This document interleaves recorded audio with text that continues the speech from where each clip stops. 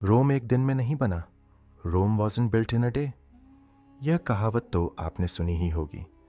रोम का world dominance खत्म हुए सदियां बीत गईं, लेकिन इसका कल्चर आज भी पूरी दुनिया को इन्फ्लुएंस करता है।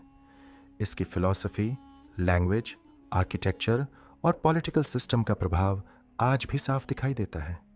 रोम वह सुपर पावर था जिसने इतिहास में पहली बार मॉडर्न आर्मी की मजबूत नींव रखी। इसी ने अपने एम्पायर को चलाने के लिए सेनेट जैसी संस्था बनाई। अपने रिपब्लिक पीरियड में रोम ने लगभग 5 सदियों तक डेमोक्रेसी को सफलतापूर्वक चलाया। आज इस्तेमाल होने वाले कई पॉलिटिकल टर्म्स जैसे रिपब्लिक, डिक्टेटर, सेनेट और वेटो रोमन पॉलिटिक्स से ही आए हैं।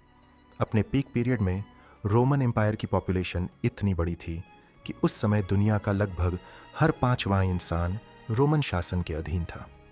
अगर रोम के किंगडम, रिपब्लिक और एम्पायर पीरियड्स को मिलाकर देखा जाए तो लगभग 2000 साल तक रोम का डोमिनेंस बना रहा। आखिर यह कैसे पॉसिबल हुआ? और फिर इतनी बड़ी सुपर पावर का डाउनफॉल कैसे और क्यों हुआ? आइए आज की इस वीडियो में विस्तार से जानते हैं। रोम की शुरुआत। रोम की शुरुआत को लेकर कई मिथोलॉजिकल स्टोरीज प्रचलित हैं। सबसे प्रसिद्ध कहानी के अनुसार 2 जुड़वां भाई थे, रोमुलस और रेमस। कहा जाता है कि way God of war Mars की संतान थे। जन्म के बाद उन्हें टिबर रिवर में बहा दिया गया, लेकिन वे चमत्कारिक रूप से बच गए। कहानी के अनुसार एक शी वुल्फ, मादा भेड़िया, ने उन्हें अपने बच्चों की तरह पाला। बड़े होने के बाद दोनों भाइयों ने टिबर रिवर के किनारे एक सेटलमेंट बसाया। कुछ समय बाद उस सेटलमेंट के कंट्रोल को लेकर दोनों के बीच संघर्ष हो गया। इस लड़ाई में रीमस की मृत्यु हो गई, जिसके बाद रोमुलस ने उस शहर का नाम रोम रखा और उसका पहला किंग बना।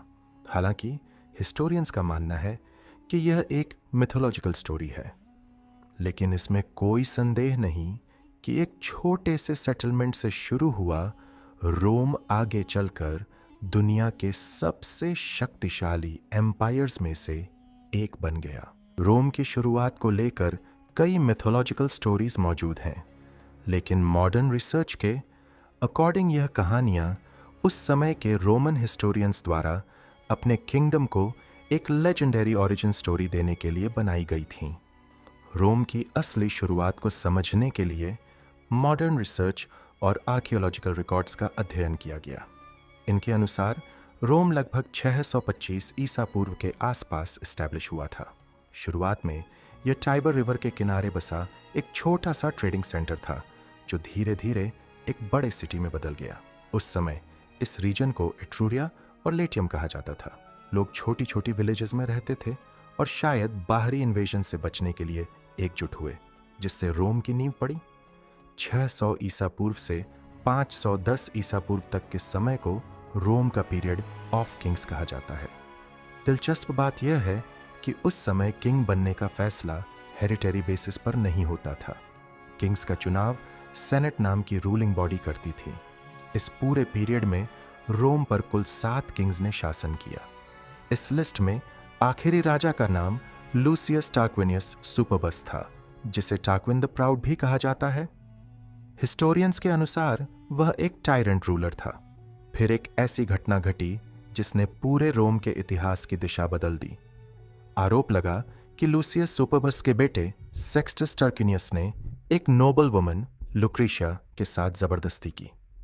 यह खबर पूरे रोम में आग की तरह फैल गई और जगह जगह प्रोटेस्ट शुरू हो गए।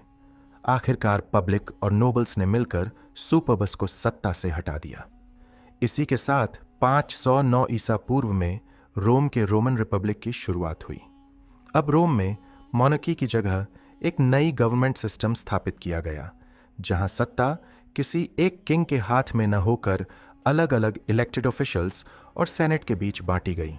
यहीं से रोम की सबसे सफल रिपब्लिकन पॉलिटिकल सिस्टम की शुरुआत हुई। रोम में अब एक नई गवर्नमेंट बनाई गई, जिसे सेनेट कहा गया। सेनेट को 2 सेक्शंस में बांटा गया था। पहले सेक्शन का नाम पेट्रिशियंस था, जिसके मेंबर्स अमीर और पावरफुल फैमिलीज से आते थे। दूसरा सेक्शन था प्लेबायंस, जिसमें ज्यादातर मिडिल क्लास रिप्रेजेंटेटिव्स शामिल थे। पेट्रिशियंस और प्लेबियंस मिलकर 2 लीडर्स का चुनाव करते थे जिन्हें कॉन्सल्स कहा जाता था। हालांकि ज़्यादातर पावर पैट्रिशियंस के पास ही रहती थीं और कई बार वे इसका मिसयूज़ भी करते थे। इसी वजह से पैट्रिशियंस और प्लेबियंस के बीच कई बार कॉन्फ्लिक्ट्स देखने को मिले। रिपब्लिक पीरियड के दौरान रोम का तेज़ी से एक्सपेंशन हुआ। 338 ईसा पूर्व तक रोम की टेरिटरी पूरे इटालियन पेनिनसुला में फैल चुकी थी। इस एक्सपेंशन के दौरान कई वॉर्स और कॉन्फ्लिक्ट्स भी हुए। 390 ईसा पूर्व में पड़ोसी किंगडम गॉल्स ने रोम पर हमला कर दिया और शहर में भारी तबाही मचाई, लेकिन रोम ने हार नहीं मानी और ख़ुद को दोबारा रिबिल्ड किया। इसके बाद मिलिट्री लीडर कमिलस की लीडरशिप में रोम ने पूरे आज के इटली पर अपना कंट्रोल स्थापित कर लिया।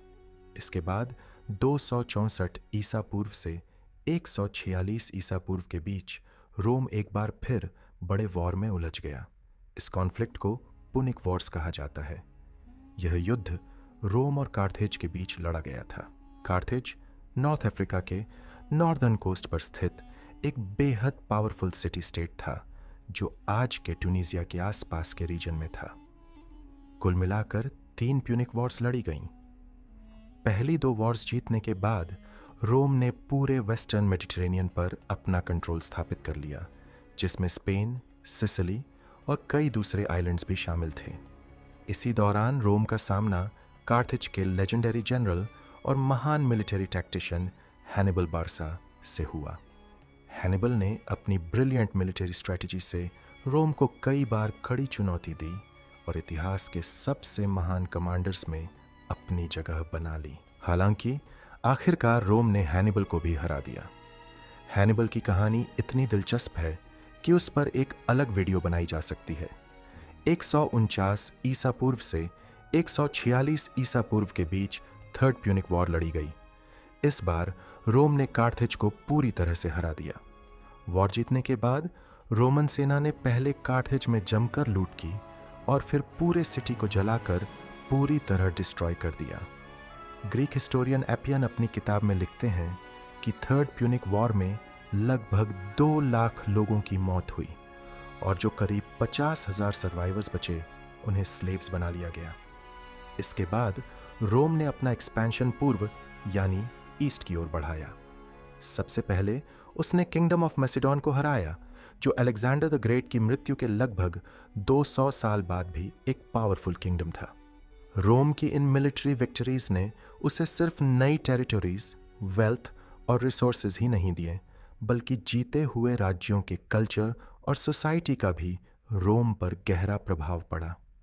अगर आप आज किसी इटालियन सिटी में जाएं, तो आपको साफ दिखाई देगा कि रोम ने ग्रीक आर्किटेक्चर, रिलीजन, आर्ट और फिलॉसफी के कई एस्पेक्ट्स को अपनी सोसाइटी में इंटीग्रेट किया था। ग्रीक फिलोसोफर्स की राइटिंग्स ने रोमन थिंकिंग और फिलॉसफी को गहराई से इन्फ्लुएंस किया। 100 ईसा पूर्व तक लगातार मिलिट्री पावर और टेरिटोरियल एक्सपेंशन ने रोम को दुनिया की सबसे बड़ी सुपर पावर बना दिया था। लेकिन जैसे जैसे रोम का एम्पायर बढ़ता गया, वैसे वैसे उसके नेगेटिव इम्पैक्ट्स भी सामने आने लगे। सबसे बड़ी समस्या थी पॉलिटिकल इंस्टेबिलिटी। सत्ता के लिए संघर्ष बढ़ने लगा और लगातार सिविल वॉर्स होने लगे।